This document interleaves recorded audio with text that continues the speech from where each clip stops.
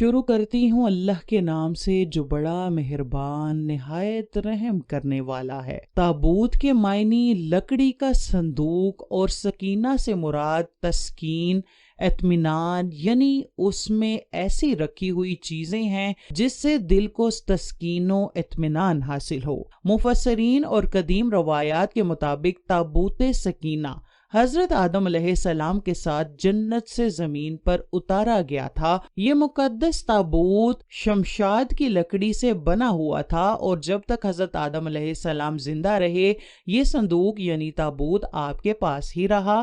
اس کے بعد یہ صندوق وراثت و در وراثت میراث میں چلتا ہوا حضرت یعقوب علیہ السلام کے پاس پہنچا اور اس کے بعد یہ بنی اسرائیل کے قبضے میں رہا۔ جب یہ صندوق میراث میں حضرت موسیٰ کے پاس پہنچا تو وہ اس میں مقدس تورات اور اپنا خاص سامان جس میں لاٹھی مبارک بھی شامل ہے اس صندوق میں رکھتے تھے۔ اس تابوت میں حضرت موسیٰ اور ہارون کے تبرکات و معجزات تھے جو اللہ تعالیٰ نے انہیں عطا کیے تھے۔ اسی صندوق میں حضرت سلیمان کی انگوٹھی اور بنی اسرائیل پر نازل ہونے والا من و سلوہ بھی موجود تھا۔ بنی اسرائیل اس صندوق کو بڑا معتبر اور اس لیے فتح و نصرت کا نشان سمجھتے تھے، یعنی بنی اسرائیل جب کفار سے جنگ کرتے اور ان کے لشکروں کی کثرت دیکھ کر خوف زدہ ہوتے تو وہ اس صندوق کو اپنے آگے رکھ لیتے۔ اس صندوق سے ایسی رحمتوں کا ظہور ہوتا کہ بنی اسرائیل کے لرزتے ہوئے دل مضبوط ہو جاتے اور انہیں فتح حاصل ہو جاتی۔ اس صندوق کو مزید برکت یہ بھی تھی کہ بنی اسرائیل میں جب کبھی اختلاف پیدا ہوتا تو لوگ حتمی فیصلے کے لیے اس صندوق کی طرف رجوع کرتے۔ اسرائیلی روایات کے مطابق تابوت سکینہ سے فیصلہ کی آواز اور فتح کی بشارت سنی جاتی تھی۔ بنی اسرائیل تابوت سکینہ کو وسیلہ بنا کر اپنے حق و بہتری کے لیے دعا مانگتے تھے تو ان کی دعائیں قبول ہو جاتی تھیں اور مصیبتیں اور آفتیں ٹل جاتی تھیں۔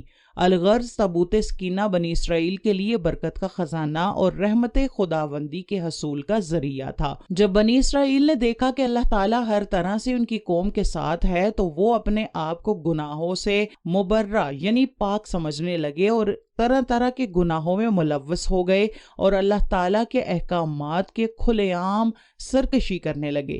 پھر اللہ تعالیٰ نے ان کی بدعمالیوں کے سبب اپنا قہر نازل کیا اور قوم عمالقہ کفار کے بہت بڑے لشکر کو ان پر مسلط کر دیا۔ کافروں کی فوج نے بنی اسرائیل کا قتل عام کے ساتھ ساتھ ان کی بستیوں کو بھی جلا ڈالا۔ جلوت فتح کے بعد تابوت سکینہ بھی اپنے ساتھ لے گیا۔ جب یہ صندوق ان کے ہاتھ سے نکل گیا تو پوری قوم کی ہمت ٹوٹ گئی اور وہ یہ سمجھنے لگی کہ خدا کی رحمت ہم سے دور ہو گئی ہے اور اب شاید ہمارے برے دن آ گئے ہیں۔ جلوت کی قوم یعنی قوم عمالقہ جب تابوت کو اپنے ساتھ لے گئی تو انہوں نے اس مقدس صندوق کو نجاستوں میں پھینک دیا۔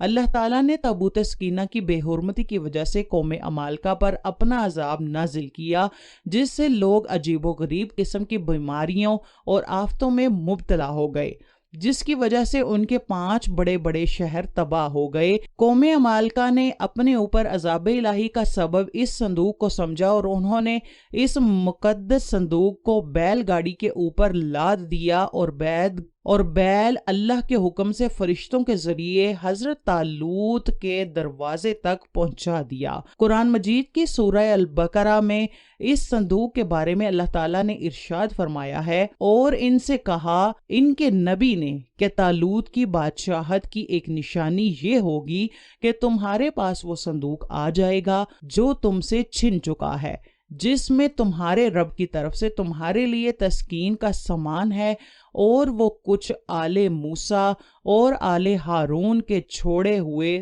تبرکات ہیں۔ وہ صندوق فرشتوں کی تحویل میں ہے، یقیناً ان میں تمہارے لیے بڑی نشانی ہے اگر تم ماننے والے ہو۔ مولانا مودی لکھتے ہیں کہ اس وقت بنی اسرائیل میں حضرت شموئیل علیہ السلام کی حکومت تھی اور انہوں نے اللہ کے حکم سے حضرت طالوت کو بادشاہ مقرر کیا تو بنی اسرائیل نے انہیں اپنا بادشاہ تسلیم کرنے سے انکار کر دیا، کیونکہ حضرت طالوت ایک غریب و مفلس چرواہے تھے لیکن عالم دین تھے۔